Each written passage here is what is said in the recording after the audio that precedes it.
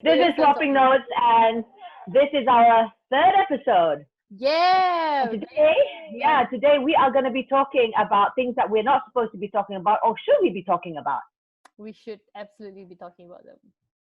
Okay, so everybody has a different, perspective of what a taboo topic is. So what is a taboo topic in your household? I don't have any taboo topics per se. That's the thing, and I feel really, I feel bad when everyone goes, you say that to your kids, and I'm like, yeah, and I feel as if I'm doing something wrong because, yeah, it just comes out, it's there. In fact, I think one of the first indication that I've got a very liberal family is the fact that I was at this event where I was part of this panel session, and they invited me as a mommy, and it was for this particular body product for a baby. So it's and they asked me a question. They said, oh, how do you bond with your child? And I thought, being clever, try and, brand it together with the whole event of being sabun and everything, right? By the way, it wasn't sabun that, but yes. So we're not big enough to have events yet. soon.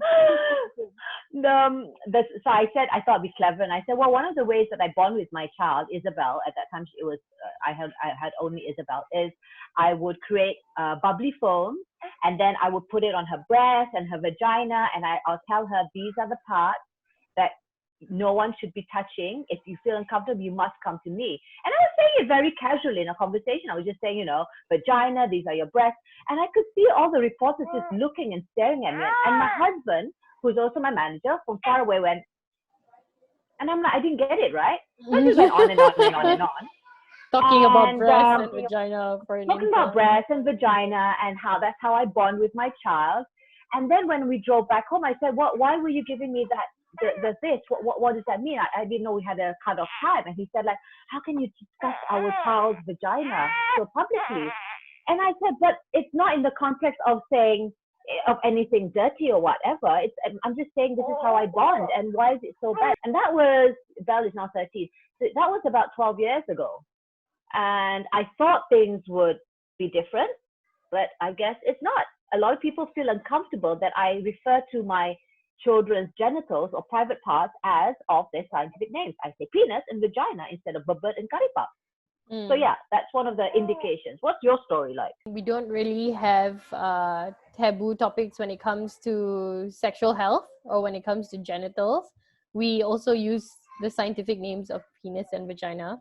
The reason to why is because I read that it actually reduces the chances of a child being sexually assaulted and then not being able to report on it, because they tend to use nicknames for their genitals, and then when they come and tell their parents that, oh, this person touched my cookie or this person touched my karipap, they don't really know that it's actually their genitals.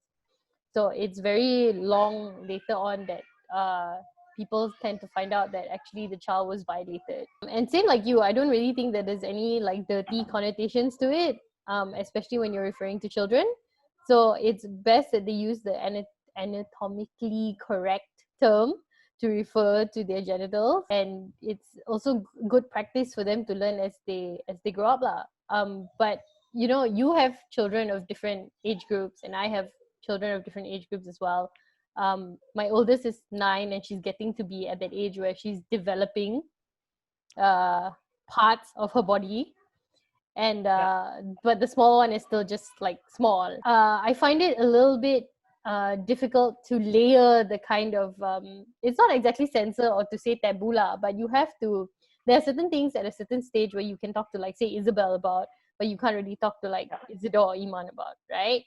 Correct. So how do we navigate around that? Apparently, I was reading that there is ways to sort of slowly introduce taboo or talks about sexual health, etc.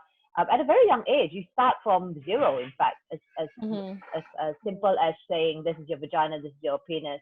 Although, admittedly, I must admit, there are times when I do say pepe or yo-yok, you know what I mean, with the younger ones. But we try our level best to use the actual scientific words, and it starts from there.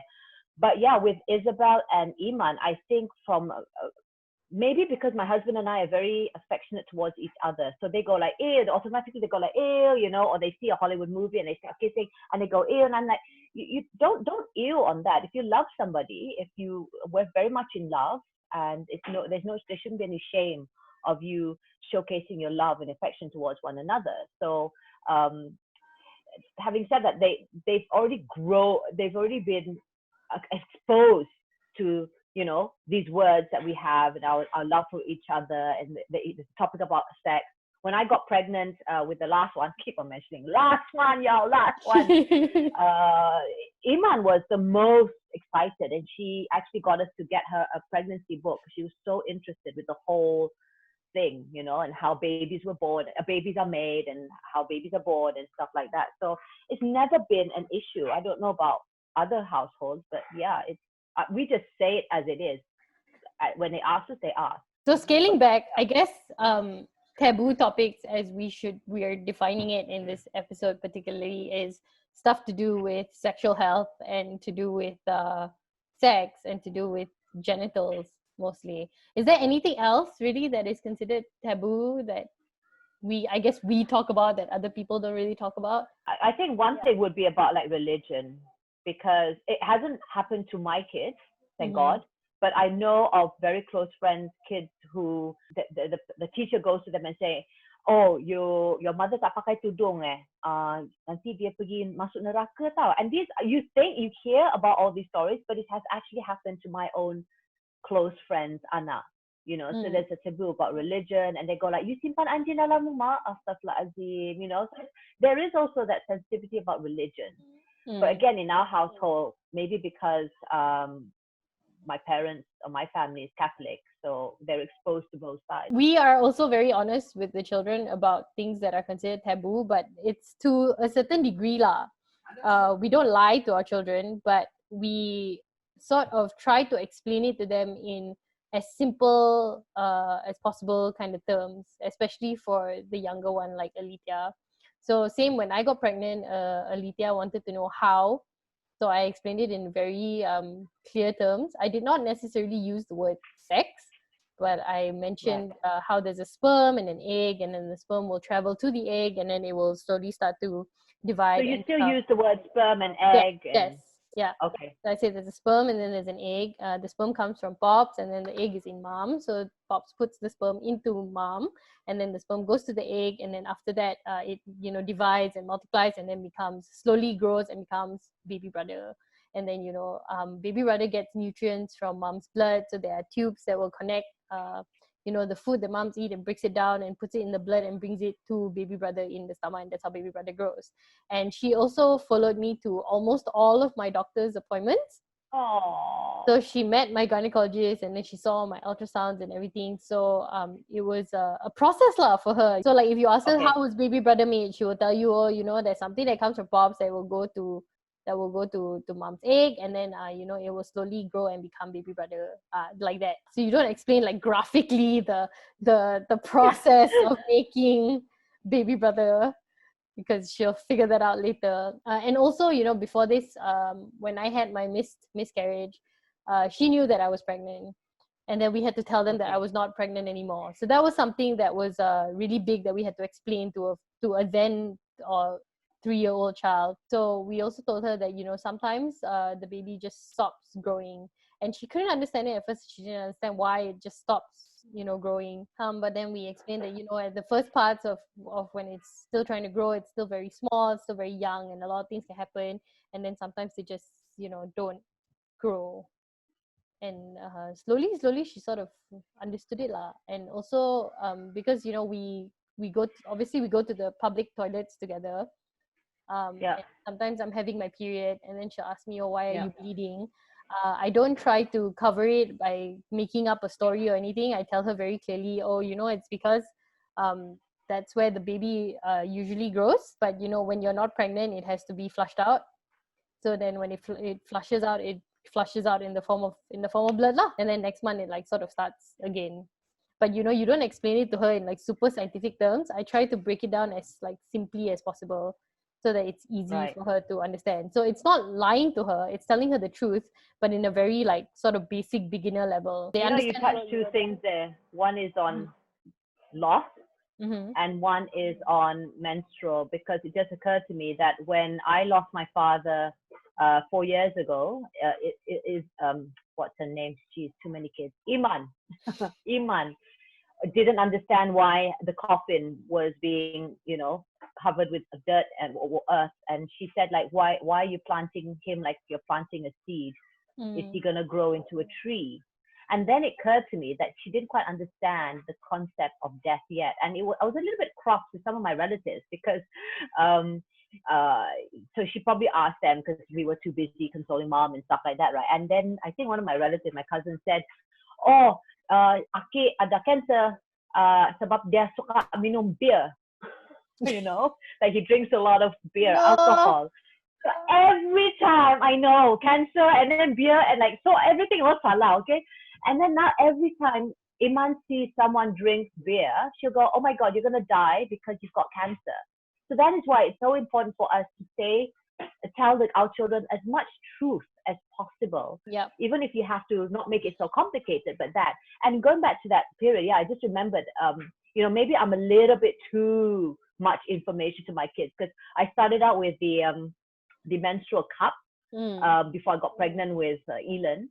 And then, of course, I'm like, because that's my first time, right? And you see, I don't know if anyone's familiar with menstrual cup. So instead of using a pad, you use a menstrual cup. And there was like all this blood, and it's so dark. And you always imagine that blood's going to be red, but no, it's like brown, yeah. on that thing. And I was like, and they were watching me in the toilet, right? And I was like sitting on the throne going like this, like swirling around like a champagne wine glass or whatever. And they said, "Mom, what's that?" And so like, "It's my blood." Like, "Where did it come from?" "My vagina." "Why are you playing with it?" And I said, "Because it's cool.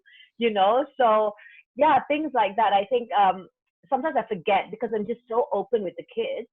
So now they go like, "Ew, I can't imagine that going into my vagina," stuff like that. I mean, they're already invading our privacy, right? Yeah. Why do they like to go and barge into our toilets and exactly. So I think when these things happening to their bodies and to our bodies, we need to explain to them exactly what's happening, because then when it happens to their bodies, they're not afraid, and they know that, it's actually quite normal.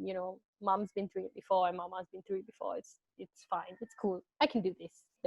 So another thing that I found, it's not actually taboo, but was kind of difficult that for me to have to approach, is trying to explain modesty to children, but at the same time also trying to be feminist and have them fully express themselves. So my oldest one is old enough to now be developing, and so she have to wear a bra. So I have to explain certain things to her, like privacy, because like I said, there is a complete lack of privacy in this household, right? And so I have to explain to her that, but for you need to now maintain a certain level of privacy, like with your male cousins, with your grandfather, and try to bring that into a practice lah. But I also don't want to be that kind of parent that's like, "Don't touch boys, you get pregnant. Don't play with boys, you get pregnant," or whatever, because that's going to be natural eventually when it happens, right? Which I really hope it doesn't happen soon lah, because she's developing like quite early, right? I was expecting it to happen when she was like 12. I was supposed to have like 4 more years. Okay, this is nonsense. Okay. What does Dan feel about it? Like seeing his daughter have developing boobs lah, basically. It took us both a little bit by surprise, because she just woke up one day and came to me and was like, "My chest hurts." She's like, I was like, "Oh God, what do you mean it hurts? Did you get hit?" She's like, "No, it's like a bengkak kind of pain, And then she's like, "It hurts here, it hurts here." And I'm like, "Oh, oh." So she's getting nips. So I was like, "Oh, okay." And then I told Zan, and then I was like, "We have to go and buy her bras." So I took her to go and buy her first bras, and I was really like, "Why is everything padded? Don't they have like those singlet things?" And I was like, "I don't know how to buy normal ones, right? Like those tankies, right? Why do they have those anymore?" They do. You gotta like look real hard. They do. Yeah, so you gotta look real hard to find them, because they now promote all these like padded stuff, right? Because mostly it's actually for like older kids who are like 12 or 13, which is actually also around the same time I started developing. So I did not know anything about buying a 9-year-old. I just like, I was really trying to like keep it together and be the adult in that moment, but I was not adulting very hard at all. So anyway, we bought the bras, and then Zan and I do all of our parenting together. So we talked about how we were going to approach it, and we talked about the kind of sort of limits that he would have to sort of put as well. Like he lets her shower on her own mostly, and he doesn't go in unless she's changed and things like that, which is a big step for him because he usually primarily takes care of all the children. He bathes them, he puts them to sleep, he rubs Vicks for them and things like that. So it was a big step for him, but he did it anyway because he also understands the importance of having to have these limits with children so that they get it. A reason I'm asking this is because I remember a time, because my sister and I were only 2 years different. So my sister and I used to mandi as children and then bogel kan. So one day my mom comes to us and says, "Girl, kamu tidak boleh sudah bogel depan daddy kau." And I'm like, "Why? He's my father, And then fast forward many years later, my father apparently told my mom, like, "You better tell the girls they shouldn't be walking around naked anymore." Because it made him feel uncomfortable. So I relayed this topic to my husband, of course, and then he sort of like, okay, whatever. Until it happened recently where the girls just start, still walking around, skati doang, and true, Iman is 9, and she's also developed. Bel lagi lah kan. Except Iman is more developed. So Iman's my younger one. So Iman is more developed than the older sister. And they're comparing boobs. They go like, "How come yours bigger than mine? How come my left, my right is, And they're doing it right in front of their father. And he goes like, and you know how everyone who knows my husband knows how open he is, how liberal he is, how outspoken he is. It's kind of hard to miss. At that moment, dia terkejut, yes. And then tiba-tiba terkejut where he goes, "Hey, go inside there. Wait, go inside. So suddenly he felt a little bit of discomfort. And then he messaged me the other day. He said, like, "You better, Belle just came down to pass me the keys. You better ask her to wear a bra." And then I told Belle, I said, "Belle, you need to wear a bra. I mean, I can see your nipples coming out. Your father doesn't like it." So that, "But I'm at home. You don't wear a bra." And I'm like, because I don't. I'm breastfeeding. So I'd rather have my boobs just hanging loose like that, right? So yeah, Sheril, help me out here. What do I do? I don't impose a bra rule at home, mostly because I think Athena and Zan are quite chill. It was not like a big shift or anything like that. He just did it. And she also just like snapped up and did it. So she will close the door now when she is showering, thankfully. And she'll close the room door also when she's showering. And she won't come out until she's like dressed. But the bra thing, sometimes when she goes out, she does forget to wear a bra. I think the hardest thing is that she's actually still a child, and we forget this because they're developing. So you're like, oh, if you're wearing a bra already, you're obviously like getting bigger, right? But mentally, they're not actually getting bigger. So the other day, she wore a white t-shirt and a bright pink bra with like unicorns on them. And I was like, "I can see your bra." And she was like, "Yeah, but you asked me to wear a bra. You never say what bra to wear." And I was like, true also. Betul juga. Want to marah also cannot. How? So then I had to explain, you have to wear like a white bra with a white top, and then you gotta wear colored bras with colored tops, but you cannot like let people see your bra. And then she hantar me balik. Well, not sure lah, her sister. But we can always see your bra strap on. You always wear clothes that can see your bra strap on. Like, terus mak tersentap lah. Yeah, that's true.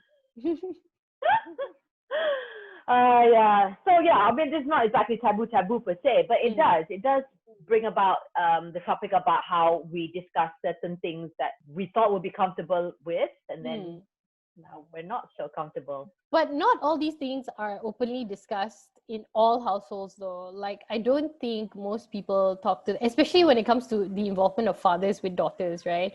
They don't really want to talk to their daughters about sexual health, about modesty, about, like, I remember when I was becoming a teenager, my aunties were the one who gave me the birds and the bees talk, and it was very like casual and very just like, you have to be careful what you say and you have to be careful what you do, and it was all very preventive and it was not very informative at all.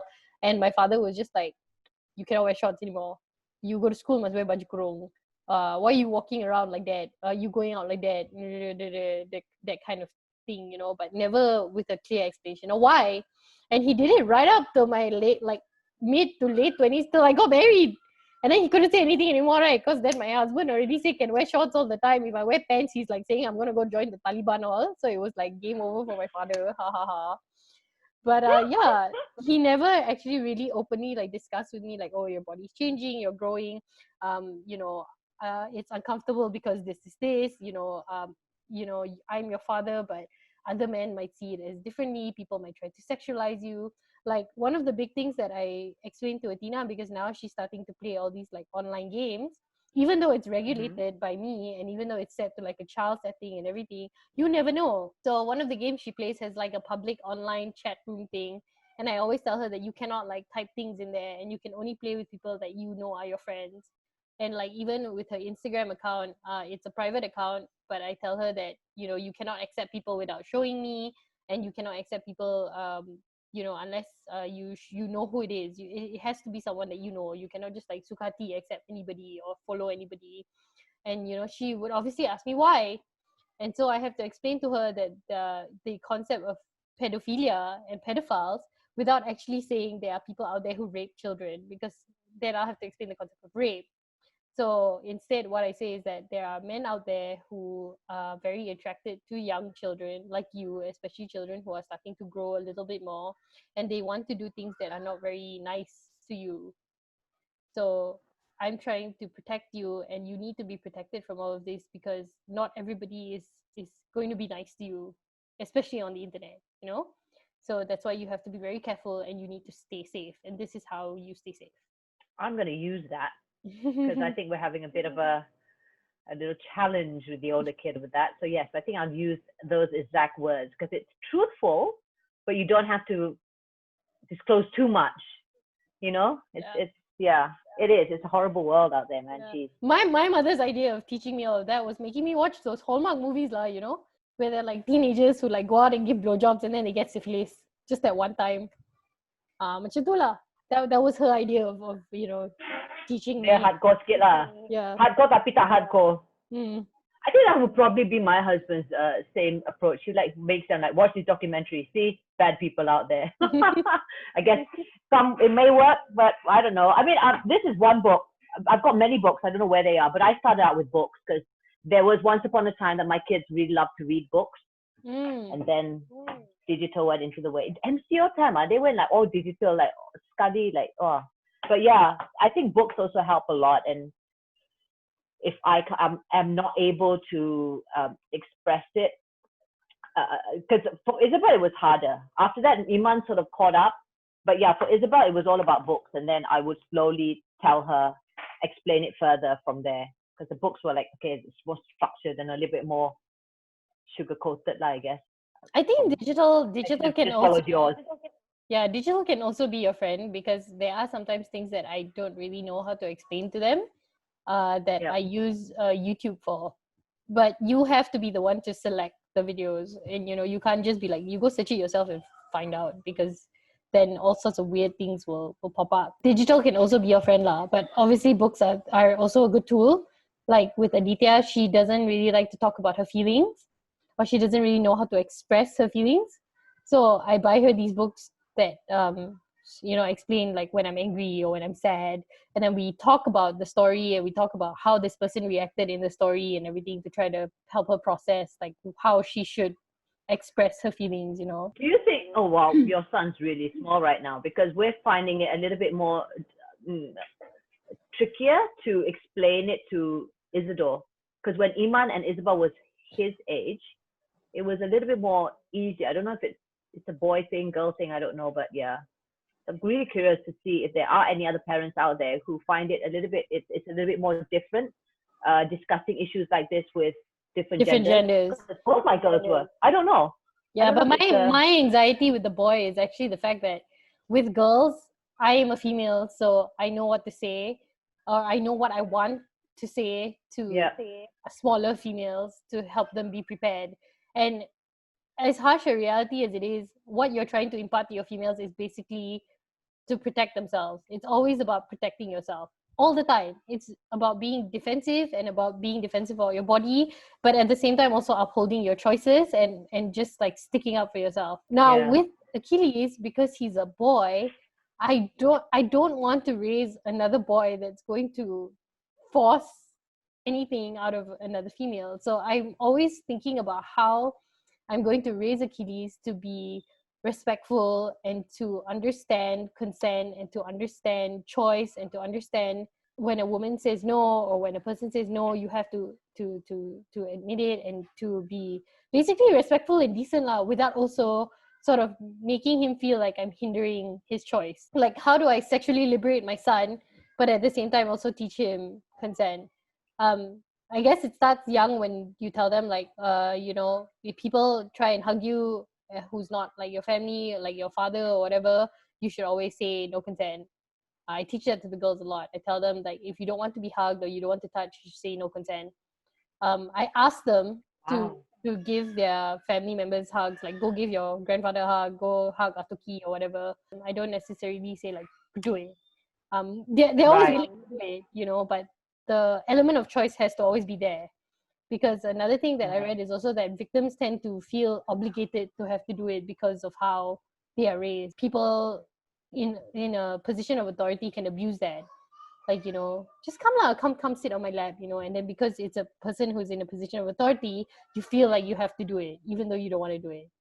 So I always like... I never thought of that, Because you know how we always, hugs is more of the close to family members, but even to the point where it's salam. Like, pergi salam dia. Because it's normal for our culture to, or else, to go like salam, salam uncle, salam auntie, salam whoever, right? But I remember one guy trying to do this. And I'm like, apa benda ni? And then my mom said to me, oh, tidak bagus tu. That means dia mau bergatal sama kau. And I'm like, ew. Because, but at the same time, he's my uncle. So, like, you have to go salam. But ew. So, you're right. We have to make sure that, what was the word again? You ask them to do it, but give them the option. Yeah, the choice. The choice, yeah. They must always know that they have a choice lah.